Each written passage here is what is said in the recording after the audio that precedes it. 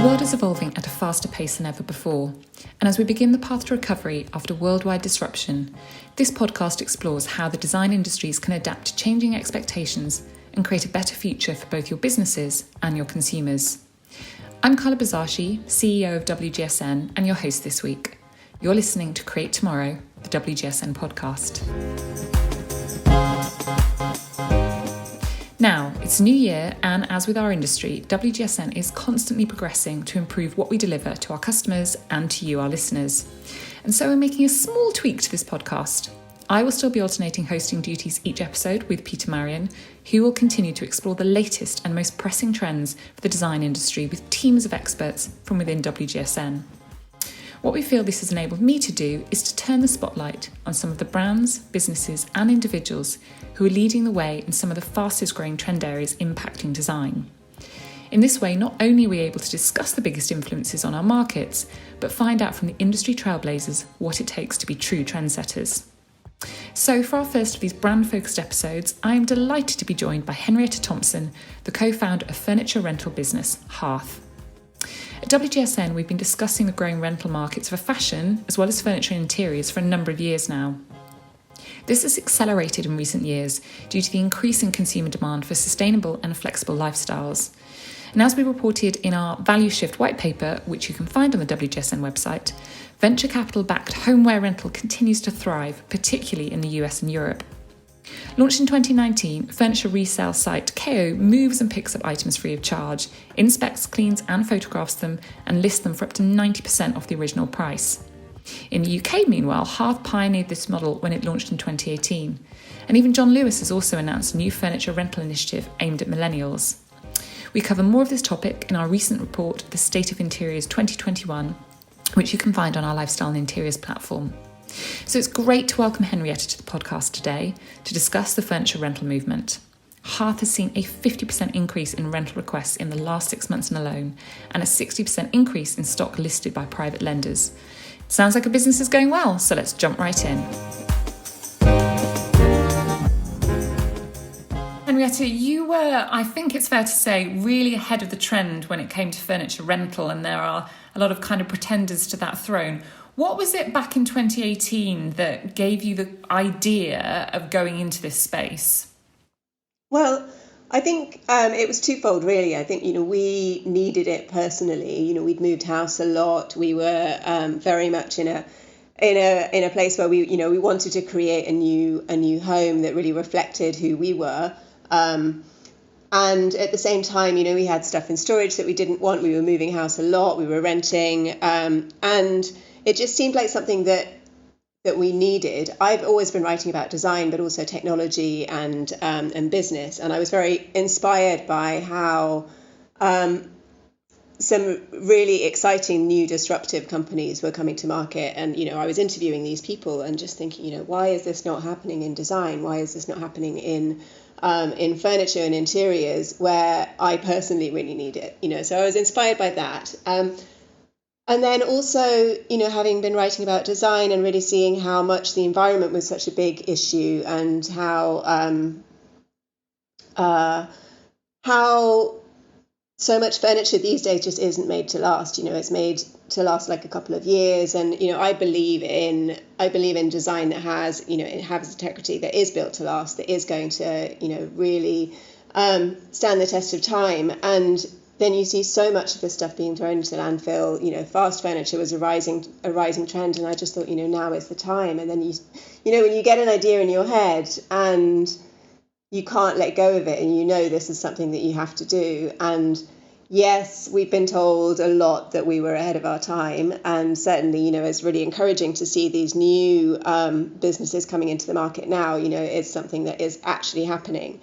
But I guess at the time, it didn't feel like we were ahead. It felt very much like, we have to do this now or someone else is going to. It felt very much like immediate and necessary and important. What was the consumer reaction in those early days? Did you get a kind of immediate positive impact, or did you have to work quite hard to persuade people this was a new way of them furnishing their homes? That's a really good question. We had a brilliant response from press and from media. We had a really fantastic response from brands who all wanted to list their ex display pieces. That everybody wanted to be involved. It really felt like something that was happening. But from a consumer point of view, it was slower for sure. We initially went out to target the industries that were already renting in some way, so property developers, landlords, and stylists, and I guess small businesses that were doing pop-ups, furnishing pop-ups, and so on. And we realised that their needs weren't really being very well serviced with what was currently available. So we thought, we could do this better, and it turns out, hopefully, we were right. We brought contemporary design and a new kind of aesthetic and a more fun approach to renting, which I think particularly, even though it was only a couple of years ago, it still had a sort of stigma around it. And we really wanted to change that and show people that, you could have fun with your interiors just by thinking of it as a temporary thing. So the year of the pandemic, it's still the year of the pandemic, sadly, but 2020 and the COVID-19 pandemic has had an accelerating effect on so many business models.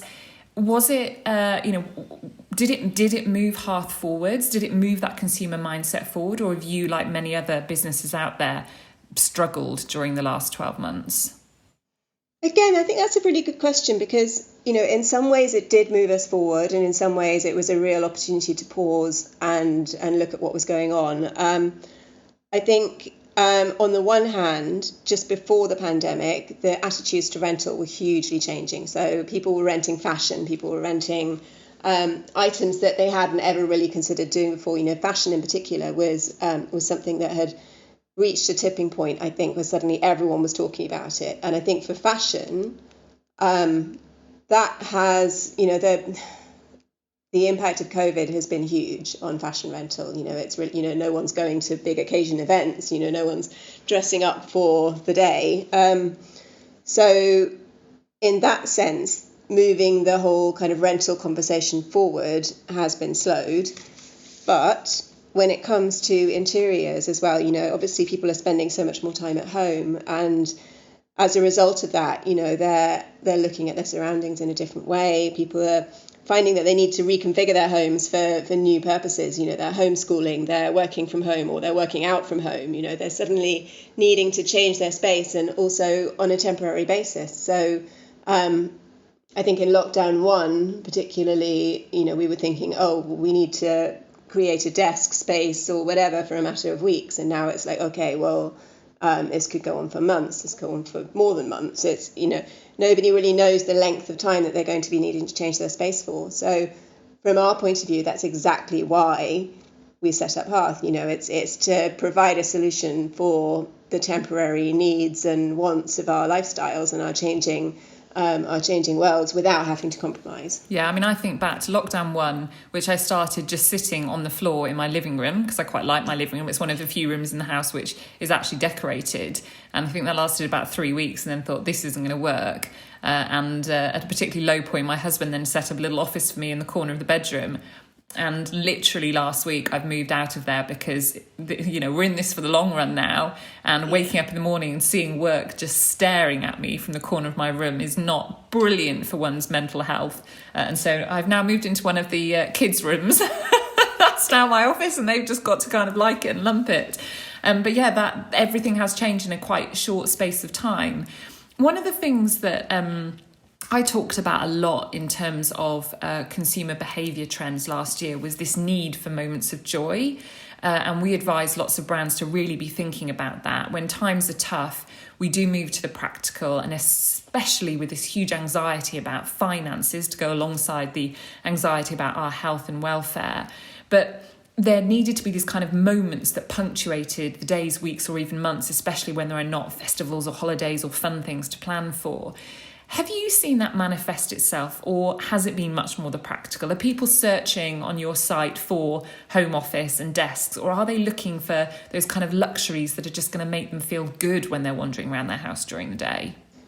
I would say it's pretty much even. It's 50-50. On the one hand, it's very much, we need practical spaces, as you say, but on the other hand, we also need to carve out spaces for sanity at the moment. And, whether that's a tiny space or a big space, it doesn't really make any difference. But we all need our sanity and our space to be on our own, or to be able to rest, to be able to separate from everything else, and call that a luxury or not. I think actually people are realizing it is incredibly essential. And so how that reflects on Harth, I mean, we're finding a lot of people searching for art and for lighting.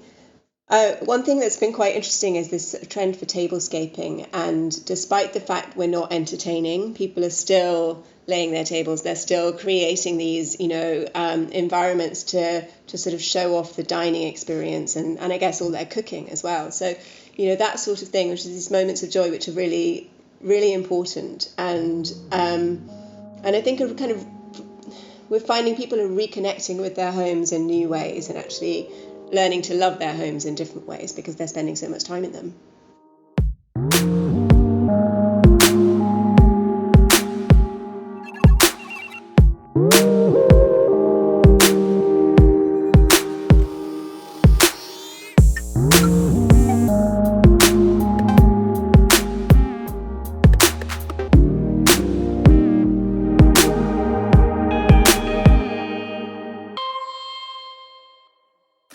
One of the, and maybe it's misconception or maybe it's truth, is that rental is very much a kind of millennial driven trend, and actually dare we say Gen Z now.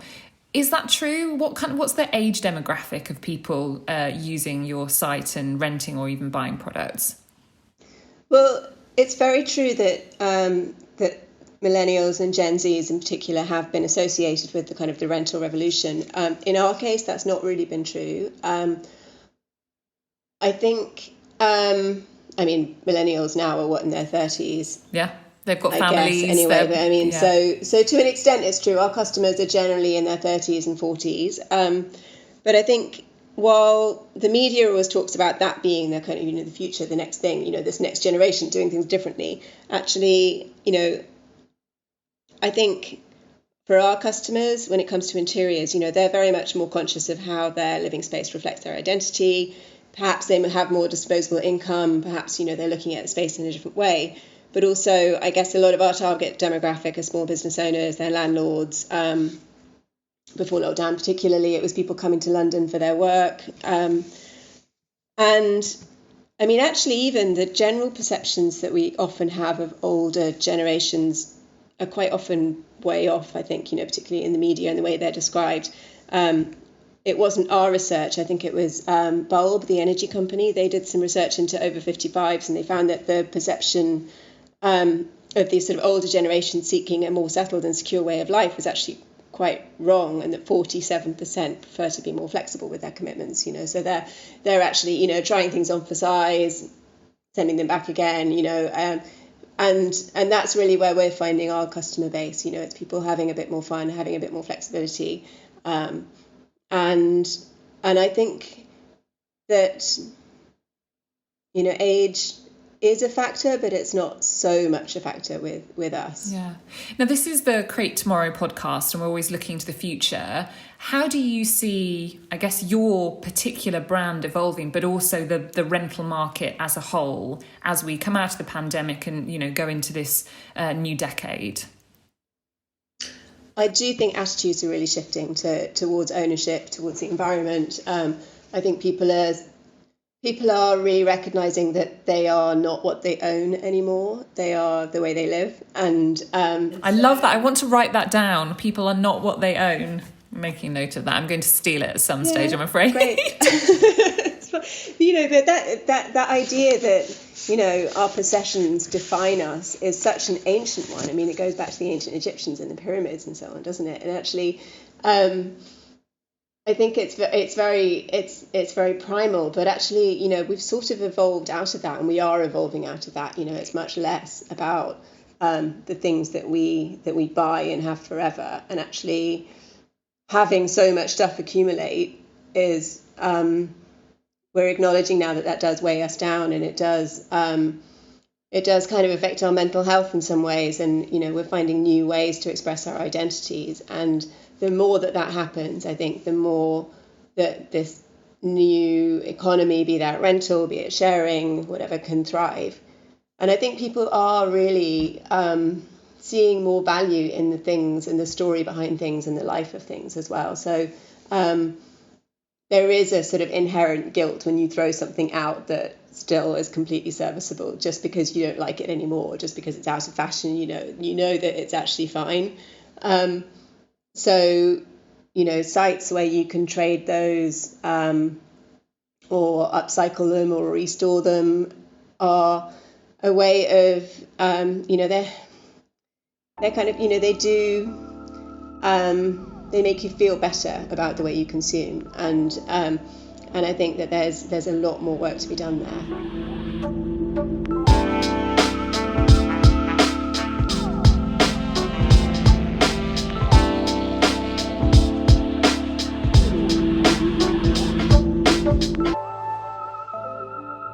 A little bit about, obviously people can buy as well as rent from your platform. Has the balance shifted at all in the last 12 months, and do you see that shifting? And also, this is, forgive my ignorance, did you start with that being the concept, or was it just purely rental to begin with?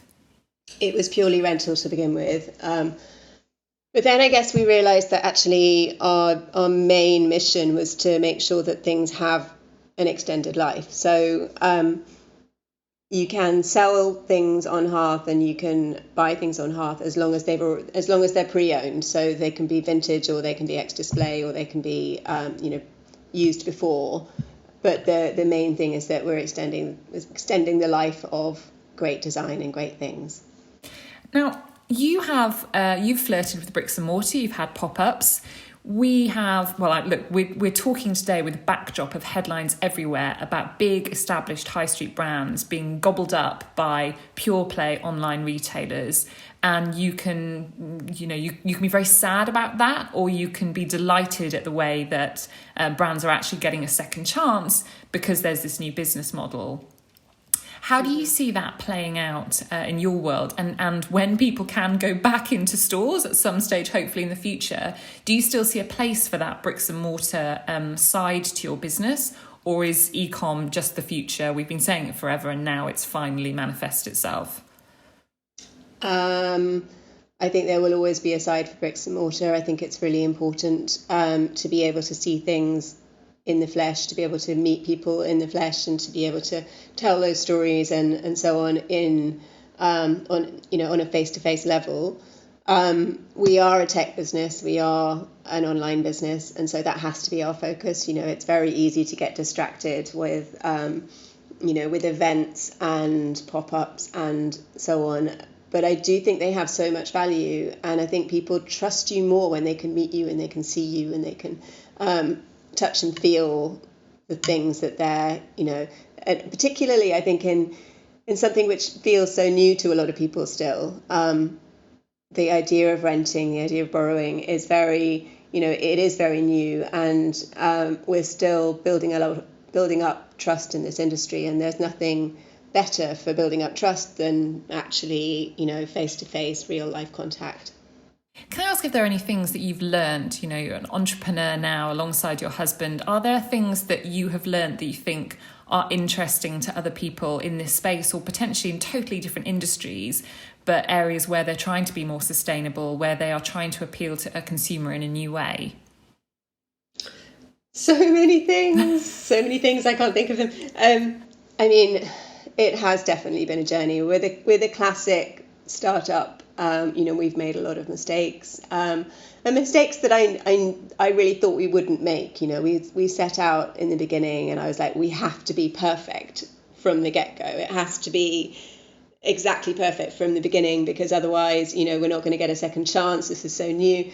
But you can't be perfect from the beginning. You can't, unless you've got backing, in the millions before you even launch. And in a new industry, that's not going to happen. You have to kind of be rough and ready. You have to kind of make the mistakes as you go, and you just do the best and be as honest as you can along the way.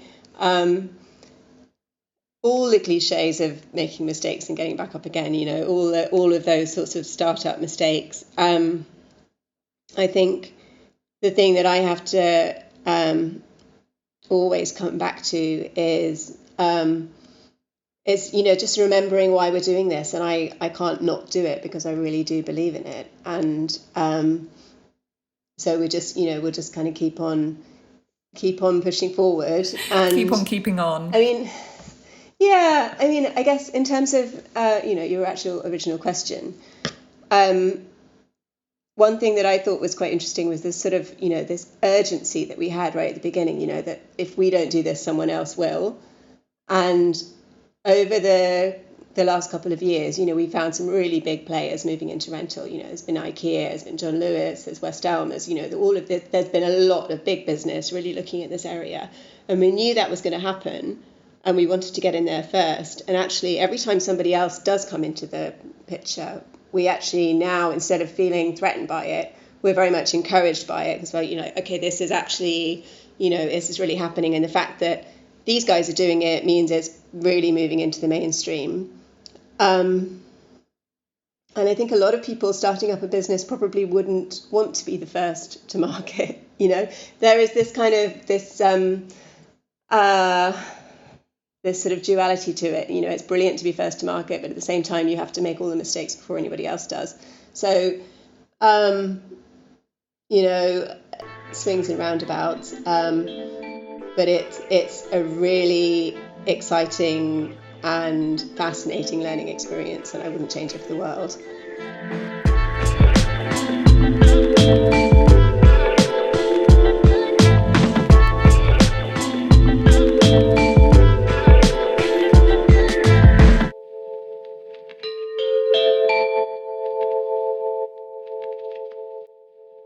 Now, in these conversations I've been having on the Create Tomorrow podcast over the past year, depending on which expert I've spoken to, I've asked them if there's something that they've been doing during their lockdown or their kind of pandemic living, which they hadn't done before. And I've had our, food and drink director making beautiful old-fashioned cocktails. I've had our beauty director doing some quite dodgy at-home beauty procedures.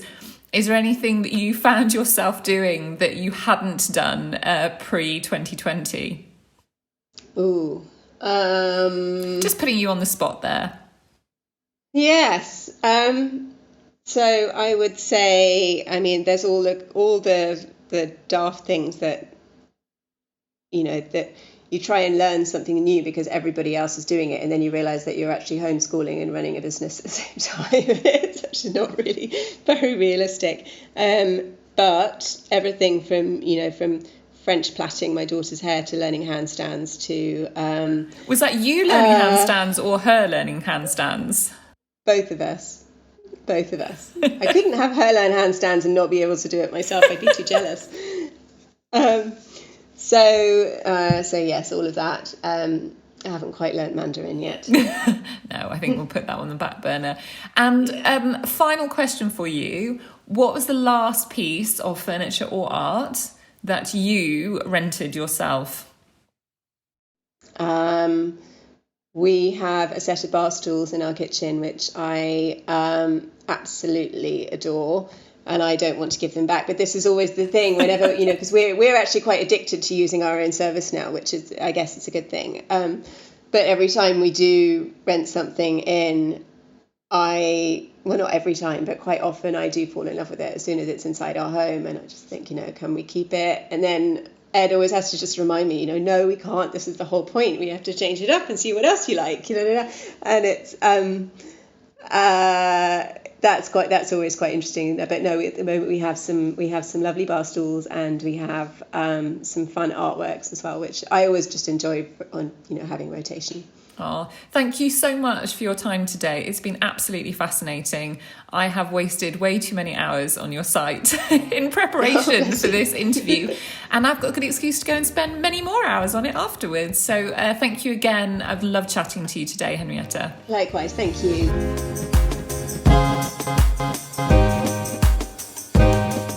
Thank you so much to Henrietta Thompson for taking the time to join me today. I've already been spending way too much time exploring the Harth website, so it's been a pleasure to have her on. And thank you for listening. If you've enjoyed what you've heard, then please subscribe to the show, which is available on all major podcast platforms. And if you really like what you heard, then please leave us a rating and review on iTunes. It helps us get the word out there. If you're interested in what we've been talking about today, then please head over to WGSN.com to find out how you can get access to all our insight and analysis. We are constantly publishing new reports around how we can design a brighter, better future for our industry. Thanks again to our guest Henrietta, and I'd also like to thank our podcast producer, Rowan Bodenham, and again, thank you for listening. Peter Marion will be back in 2 weeks for the next episode, so until then, stay healthy and we'll see you next time.